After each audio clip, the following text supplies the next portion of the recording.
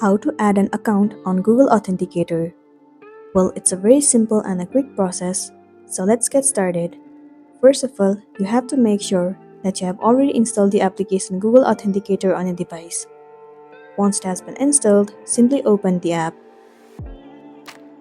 Tap on Get Started.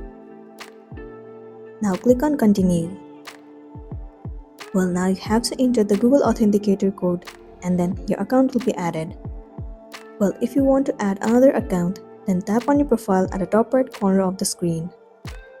Now simply click on Add Another Account. Wait for a while for it to load. Tap on Continue. Now what you want to do is, you have to enter your email address or your phone number and then tap on Next. Enter the password of your account and then you will be good to go. So that's all for today, and this is simply how you can add an account on Google Authenticator.